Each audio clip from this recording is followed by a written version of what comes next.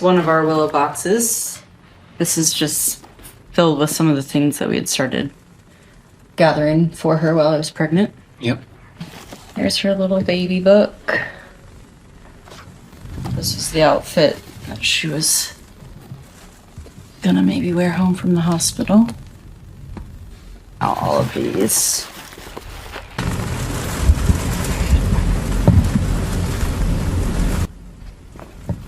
And these are her little footprints. What you just saw there is a clip from the new Biden-Harris campaign, an ad about what is at stake in this November election. Literally everything. The rights of women to our healthcare, to our bodies, and the devastating consequences of the Trump-appointed majority Supreme Court and how it is wreaking havoc on women's lives and their families. Somebody reached out to Ben, and Ben put this tweet out, or on X, regarding the confusion about what exactly falls under abortion healthcare. And so this person named Laura wanted him to share the message, and I'm read it to you regarding the Biden campaign ad.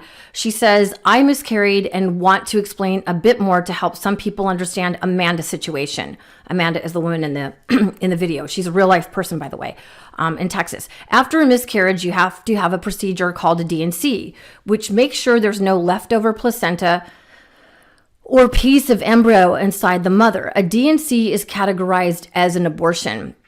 Without it, any remnant of the miscarriage can cause an infection and be deadly. When this happens, it frequently turns into sepsis and the mother can die. Procedures called abortions don't always end," what she means is live pregnancies. "Sometimes they prevent a woman from infection and a possible loss of her life after she has had a miscarriage, her pregnancy. Nearly all women miscarry at some point, some multiple times. Anti-abortion laws are preventing women who miscarry from getting life-saving care through a treatment needed whether you are a Democrat or Republican, pro-choice or anti-choice." And so here are some of the responses below the tweet that Ben put out. Dancing in the Rain writes, "My stepdaughter was pregnant several years ago. At her 8-week appointment, the baby's heartbeat was gone. She had to have a D&C at that point. If Republicans had their way, she would have had to continue to carry until the baby delivered on its own or until she became very sick." Having said that, tweets or writes, "I had a miscarriage and didn't realize it until my doctor helped me through it. A D&C saved me from suffering the worst, although it was awful at the time. Pregnancy is dangerous even under the best circumstances. Politicians need to butt out of it." Mrs. Monsieur, I think, if I'm getting that right, writes, "According to our family's obstetrician docs, 1 in 4 pregnancies ends in miscarriage. These Republican bills are despicable and deadly." Barbie Joe writes, "I've had 5 of these, quote, abortions after having lost a pregnancy I very much wanted. It's already tough enough without someone telling you you're not allowed the care you need to stay physically healthy, especially when you're in a fragile mental state from miscarriage." Adele Adams, JD and DJ writes, "We all need to speak out on this. I had 2 miscarriages with serious bleeding and I'd have died without a D&C. What is wrong with these people? We shouldn't have to die just because we miscarried." Jeannie Sirocco writes, "I was 4 months pregnant with twins when the doctor told me they did not have heartbeats. I had to have a D&C. Worst day of my life. That was 29 years ago. Can't even imagine if this happened today."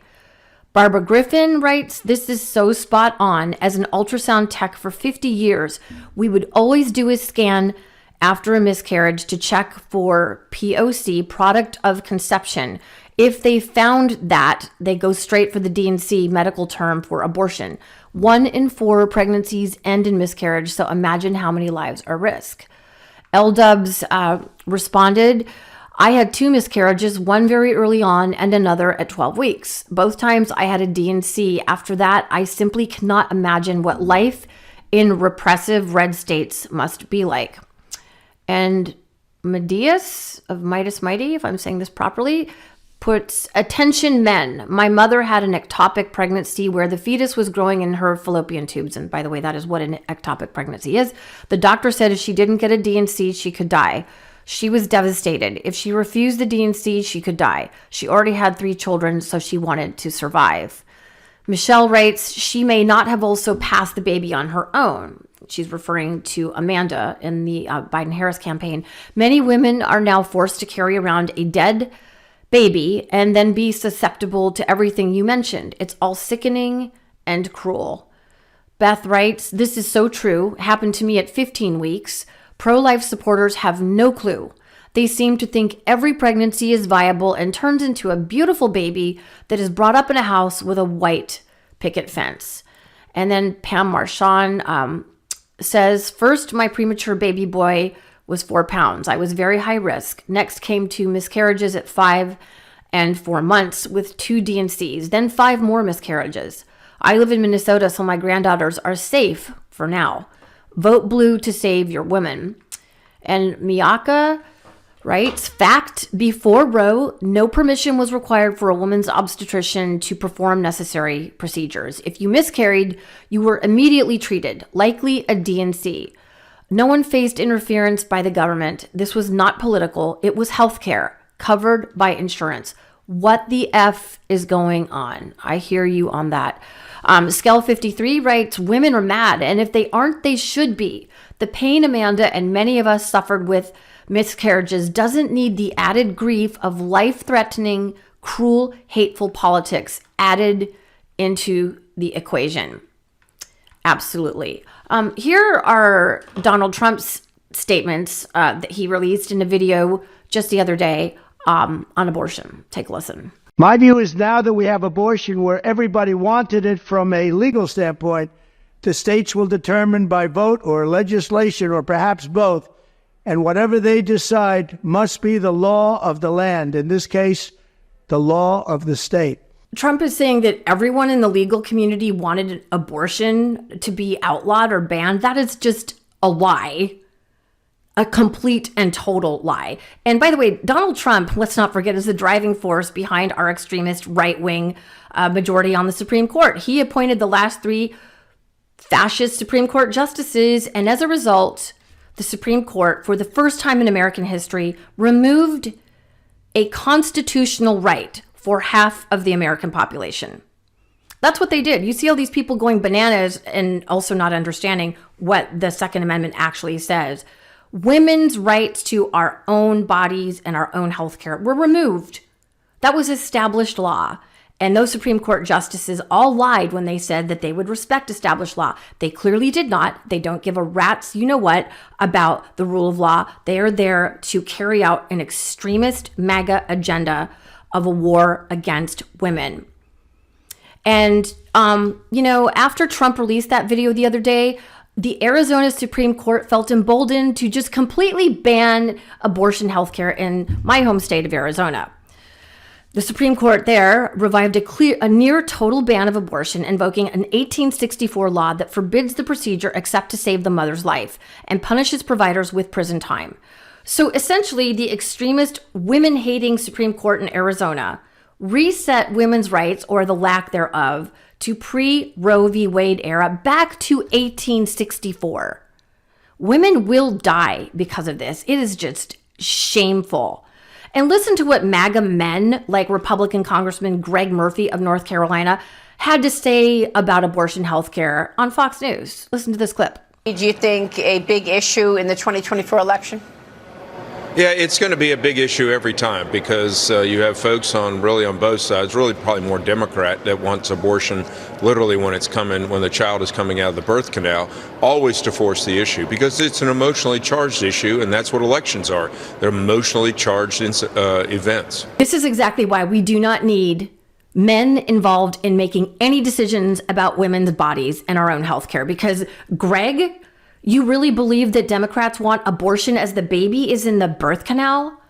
Because that's actually called childbirth. When the baby is in the birth canal, that would be called childbirth. The fact that you don't know that is just another reason why you should have no say in women's health care, because what you're saying now is that childbirth is illegal.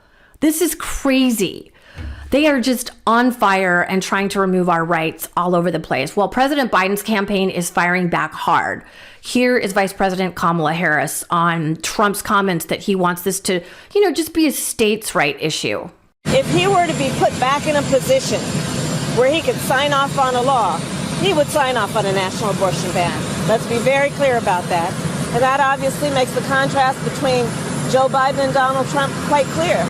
Mommy TLC responded to that tweet I posted earlier from Ben's account. The Republican Party has started a war against women and girls in this country, and it is not going to end well for them. What a woman or girl chooses to do with their own body is nobody's business. Hashtag Rovember is coming. Amen to that, sister. Do not forget it.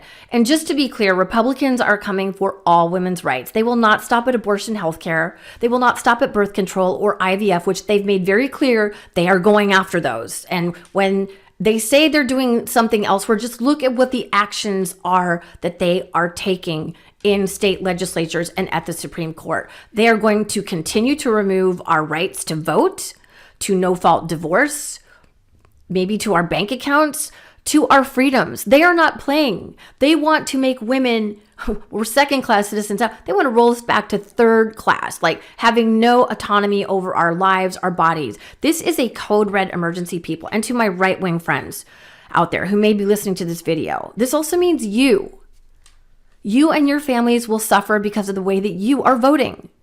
Maybe it hasn't touched your family yet, but at some point, just the same way gun violence touches all of us in one way or another, somebody that you know or someone whom you love will be impacted by this radical MAGA extremist agenda to take women's health care away from us. So be very careful for what you wish for. This is about women, whether you're Democrat or Republican, but man, we need to stand up for each other and the women in our lives whom we love if you happen to be a man. Republicans are not playing. They're putting it all out there. And this is just one terrifying issue. All right, please like and comment and share this video, this pro-democracy, pro-women's video. We need as many people to hear these videos or to see them to find out what is going on, because it's not being laid out quite the right way in the mainstream media. And it pains me to say that, but it's the truth. We're really at an inflection point in history. We've got to get together and coalesce under the pro-democracy, pro-women's healthcare umbrella. All right? Let me know what you think in the comments below. My name is Suri Crowe. You are watching the MeidasTouch Network. Thank you so much for joining me here today. I do hope to see you back here very soon, and I wish you peace. Real quick, Meta just changed their algorithm to suppress political content. Please follow our Instagram at MeidasTouch right now as we head towards 400,000 followers so you don't miss a beat.